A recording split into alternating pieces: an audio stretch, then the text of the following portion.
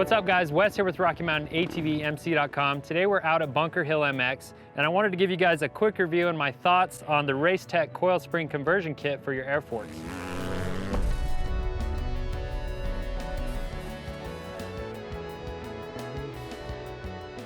All right guys, so I bought this 2018 KTM 450 SXF a few months ago. I've been riding it a lot and I'm really loving the bike. It feels really good, but I still find myself adjusting the forks, playing with the pressures, and trying to really find that setting that has the hold up that I'm looking for, but also comfort for my different riding terrains, because I ride a lot of off-road as well as track and stuff. So, and that really is a common complaint for people with not only these AER forks, but any bike that's set up with air forks in general. So air forks actually do still have their perks though. They are really lightweight compared to coil spring forks. They're also inexpensive for the manufacturers to produce, and they're easily adjustable as far as spring rates go.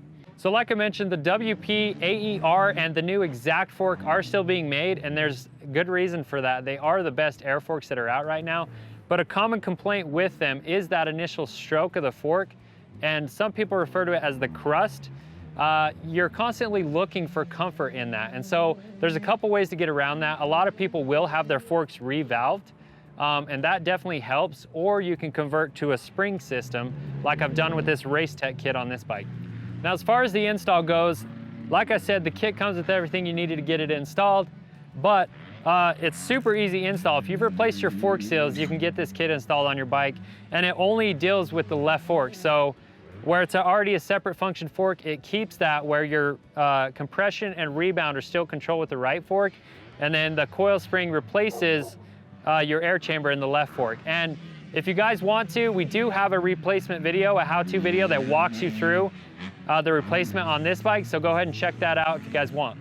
So like I said, I've had this bike for a few months and I've ridden it in a lot of different terrains and places. I've had the opportunity to ride Glen Helen on this bike, and I've really been playing with the forks, the different pressures and different settings with it, and I would find something that felt really good to me. I'd be pumped on it, and then I'd come back to the van and swap somebody's bikes and realize really quick that it wasn't feeling as good as I thought it was. So that's what made me start looking at the different options to make this fork start working for my needs. After 2 weeks of having this kit installed on my bike, and I've been to the different track, I've ridden a lot of off-road, and I gotta say, it didn't take much to get this fork feeling good and working off-road.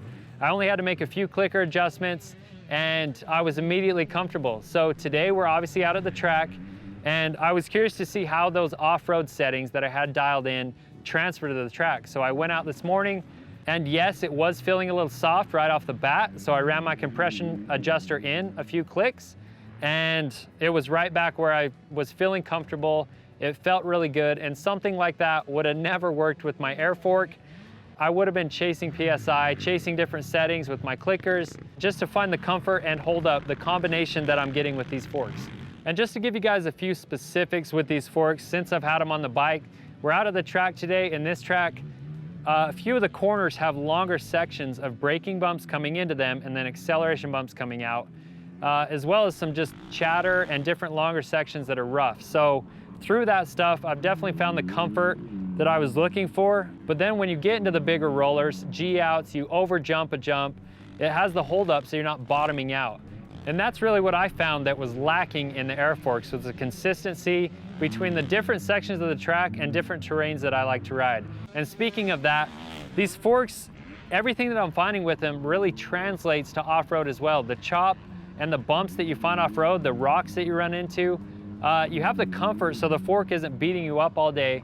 But then when you get into sand rollers and whoops, the fork holds up. It doesn't immediately bottom out.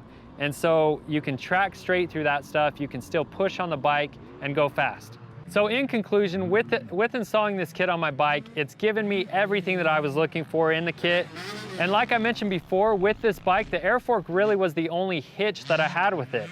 I was always chasing settings and trying to find that comfort, and now I have it with this kit, as well as I don't have to deal with the annoying things that the air fork gave me. So the inconsistency, dealing with the air pressures and carrying your pump around with you, it's just all behind me now. So if you guys are like me, looking for a little bit more consistency and performance in your air fork, check one of these kits out. You can pick it up on our website and get your bike dialed in and working good. Thanks for watching.